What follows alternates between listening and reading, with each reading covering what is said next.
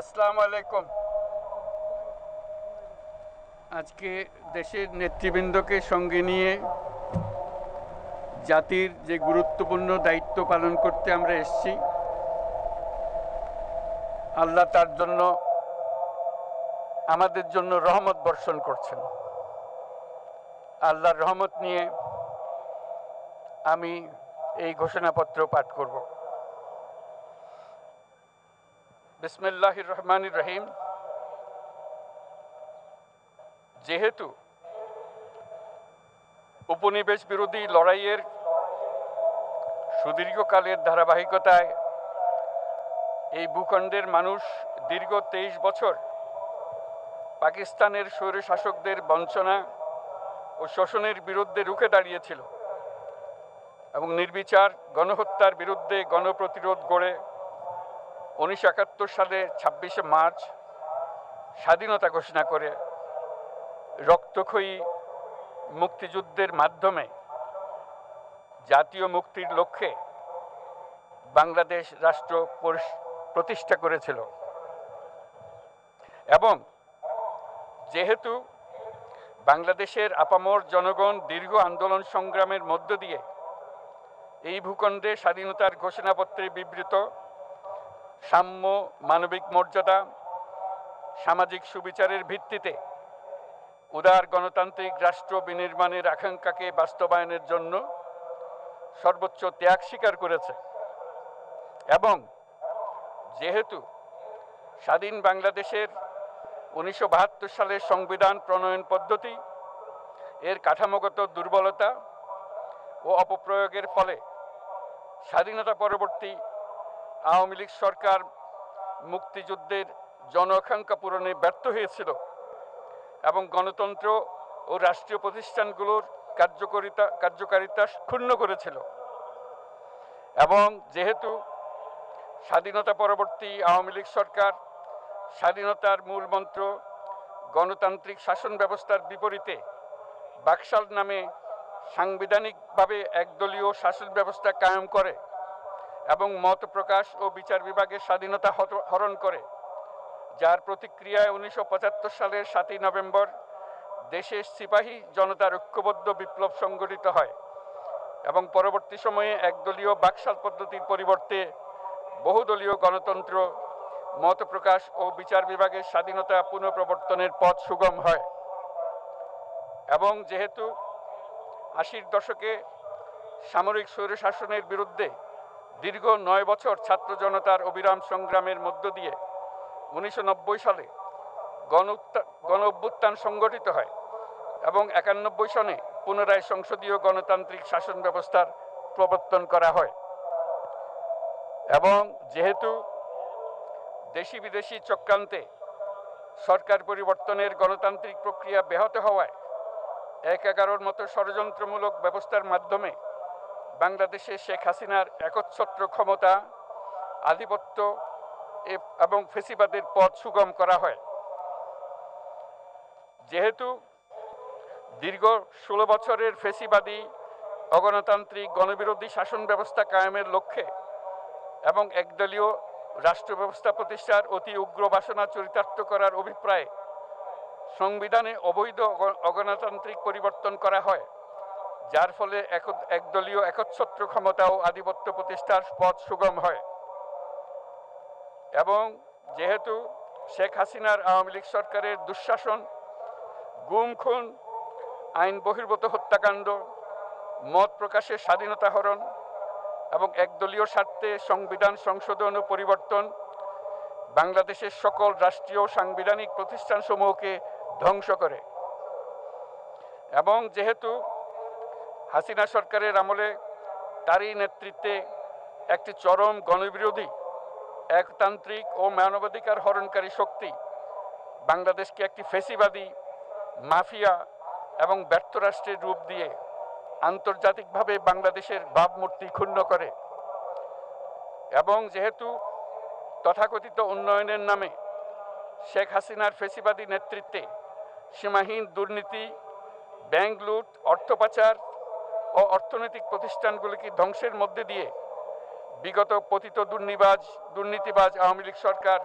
বাংলাদেশ ও এর অমিত অর্থনৈতিক সম্ভাবনাকে বিপর্যস্ত করে তোলে এবং পরিবেশ, প্রাণ বৈচিত্র্য ও জলবায়ুকে বিপন্ন করে। এবং যেহেতু শেখ হাসিনার ফ্যাসিস্ট সরকারের বিরুদ্ধে রাজনৈতিক দল, ছাত্র শ্রমিক সংগঠন সহ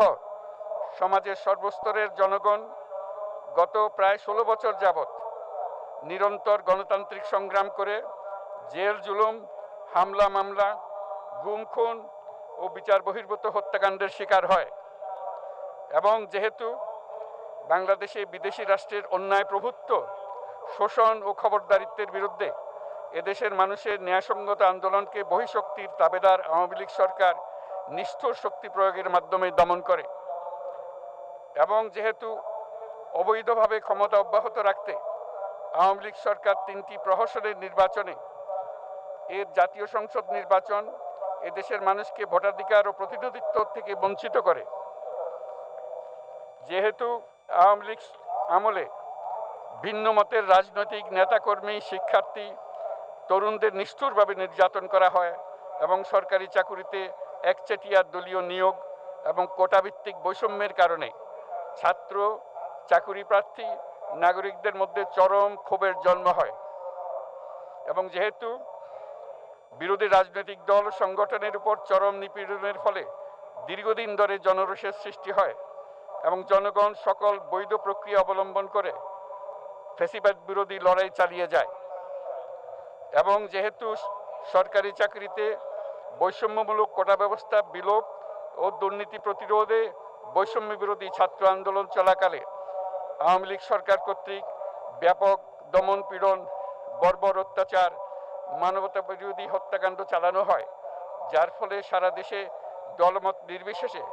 ছাত্র জনতার উত্তাল গণবিক্ষোভ গণ অভ্যুত্থানের রূপ নেয়। এবং যেহেতু